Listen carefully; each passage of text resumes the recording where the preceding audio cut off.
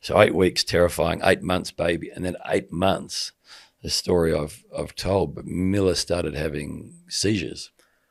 I remember seeing you spoke about how she would have these seizures, Yeah. and the only thing that would kind of bring her back was taking her out the back of your place in South Yarra and engaging her with the leaves on the wall. Yeah, well, Or was that when you realised that she kind of wasn't with it? that's I think that's when.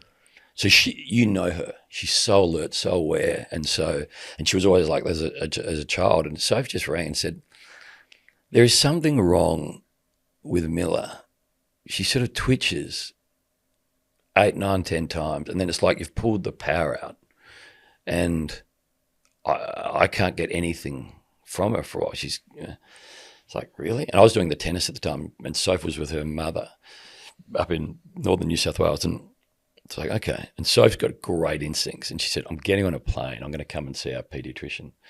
We went and saw Liz Hallam, and Soph's clever, so she'd videoed what Miller was doing, and I could just see Liz's face. It's like, that's not a good look. And she said, "Just go to Royal Children's, go straight to the emergency department. Someone will be waiting from neurology." It's like, That sounds serious. right. Okay, what is it? She goes, "Just go." All right, here we go. I was driving out thinking I wasn't going to cry today. That's okay. So we get to the emergency department, and a junior fellow walks out, and she says, "You're Hamish and Sophie?" "Yep." "Ms. Miller, come with me." She said, "The head of neurology and 11 others are upstairs. We're about to monitor Miller for a couple of hours." They put 37 electrodes on her head and don't really say anything. It's like, "Is there anything we need to know?" They said, "We'll see you in a few hours." They're 2 hours you don't want back. So we're sitting there talking, and it's amazing in a crisis how you come together. So Soph and I just sort of holding hands saying, "I'm not sure what's happening here."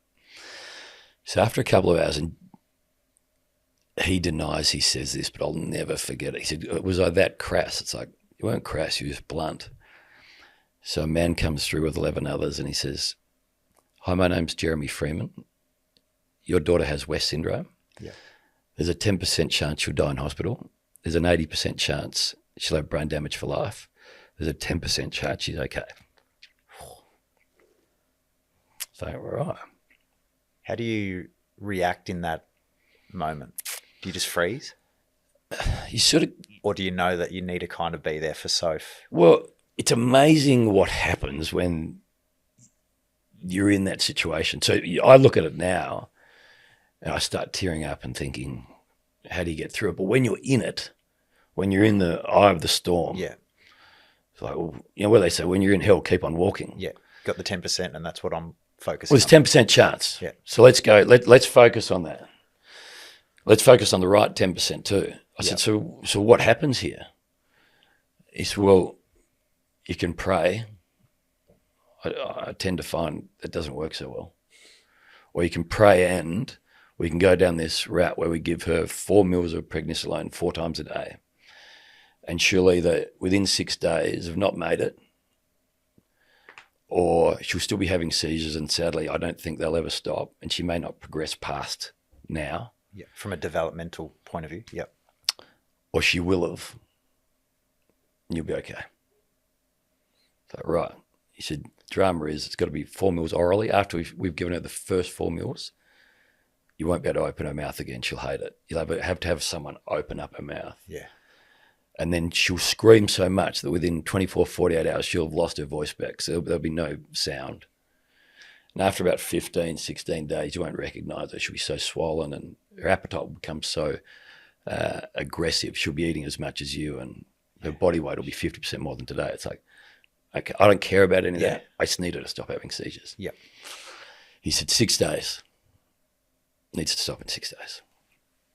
First day, it's like 5 sets of seizures, and it's like, okay. And it was 7 o'clock, 7 o'clock, 11 o'clock, 3 o'clock, 7 o'clock, with the 4 mils 4 times. Yeah. We did a family call, and Gillen, who's amazing in a crisis, said, "I'll do 7 every day. I'll be there at 7 every day." So next day, day 2, seizures. Day 3, seizures. Day 4, Gil comes in. He says, today's the day. Today's the day. Won't happen today. So I said, okay. So Gil's got Miller on his arms in the couch at Park Place where you've been to. I go and get 4 meals organised, and I walk back and Gillen's just crying with Miller having seizures in his arms. Yeah. It's like, oh, really? And he said something like, how can something so innocent be so compromised, you know? So day 5, seizures. So we get to day 6, like, this is actually happening, isn't it? Like, we're down to this. So 7 o'clock, no one says anything. 11 o'clock, 3 o'clock, 7 o'clock. It's like, put Miller to bed. I said to myself, don't say anything. We know we've got to do 31 days of this prednisolone. We know we're seeing Jeremy on the 14th day. Day 7, no seizures. 8, 9, 10, 11, 12, 13, 14. We go and see Jeremy again. He said, how are we going here? Because we'd told him, obviously, to stop. It's like, you tell us, 37 electrodes, the ECG scan. So when the brain pattern should just be doing that. But when West syndrome is either brain cancer, brain tumour, brain lesion, 2/3 of cases. 1/3 of cases, none of that. Yeah. But it's the same outcome. So the brain pattern should be doing that when we first got to him. So the HD 4K clear screen had become snow. Day 14 comes back and he goes, we're back to HD. I was like, great. He goes, keep going with the prednisolone until day 31. I'll see you in 3 months. It's like, what else do we need to do? He goes, I'll see you in 3 months. It's like, okay. So 31 days stop, 3 months go back, and the ECG, it's like, please. What is that like? It's like effectively life and death, or life changes or doesn't change, right? Well, yeah, you've summed it up perfect. It's like, so there was, I remember, so Sophie is right where you are and I'm here. Sophie has Miller on her lap with all of the cords going somewhere. And there's a desk there and there's a lady with a screen monitoring it. It's like, can you give us any indication? And I remember behind her was a window. Yeah. I could see a little bit on the window, but I couldn't work out who it was. What is it that, or is it? Oh, so the screen, you reflection. Don't see. Yeah, gotcha. So I'm sort of looking at. I don't want to say to Soph that I'm doing it. I'm trying to get an indication. It's like, anyway, 2 hours go. She turns off the me and she goes, "Someone will be with you soon." And you know when you can hear a clock? Yeah. It's like tick, tick. And it wasn't going tick, tick. It was going tick. Tick. Every minute was like an hour. Every hour was like a month. Jeremy comes in. He says, "Flying." It's like, "What do you mean?" He goes, "Couldn't be better." It's like, "So what happens now?" He said, "You come and see me in 3 months." There's been a case in the US that, I just want to see you at 6 months. Yep. So we go and live, but every time I look at Miller, it's like, was that? And then 6 months, we go and see Jeremy in his rooms, and Miller had stolen a highlighter from the front desk, and we're waiting for Jeremy, who's just the most beautiful human. He says, "Soph, home, come in." So we go in, and he said, "Where'd you get that highlighter?" I said, "Miller stole it from the front desk. She's a little kleptomaniac." So, okay. He said, "I'm just going to do some cognitive tests. I won't put the ECG scan on her." So he's doing these tests, hiding things, changing lids, and whatever he was doing, he knew what he was doing. It's like, And after about 6 minutes, he says, "You've got a miracle." So, "What do you mean?" He said, "I've just done all these cognitive tests. And at this stage, 6 months, she was 14 months.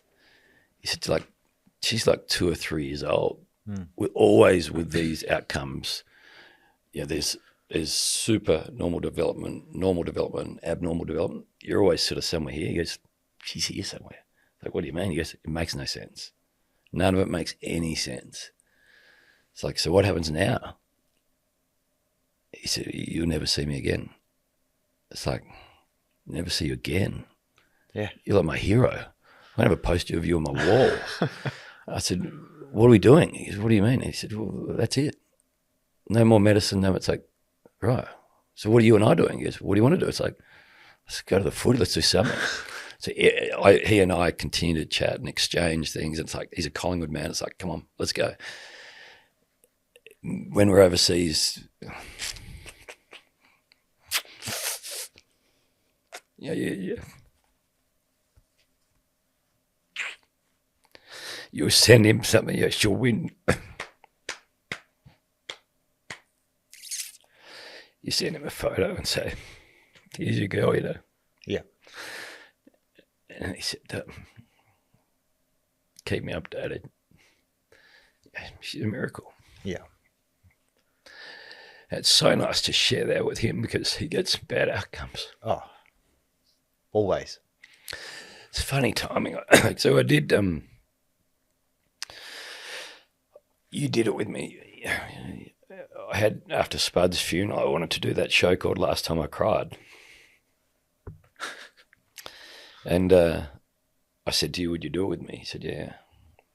And I did one that day that you came in because it was you and Alex Johnson did the first two, and Alex Johnson was a few hours before you. And he said, what are we doing here? I said, I'm going to ask you the last time you cried and you'll tell me. He said, what would you say? And I said, well, ask me. I told that story about Miller. And then we ended up having to post it because we had something happened with one of the episodes and it was in COVID. We couldn't film it again. And as a result of that, what's happened is all these people from around the world have reached out saying, my daughter or my son has been diagnosed. Can we speak? Yeah. And we do. And there's some...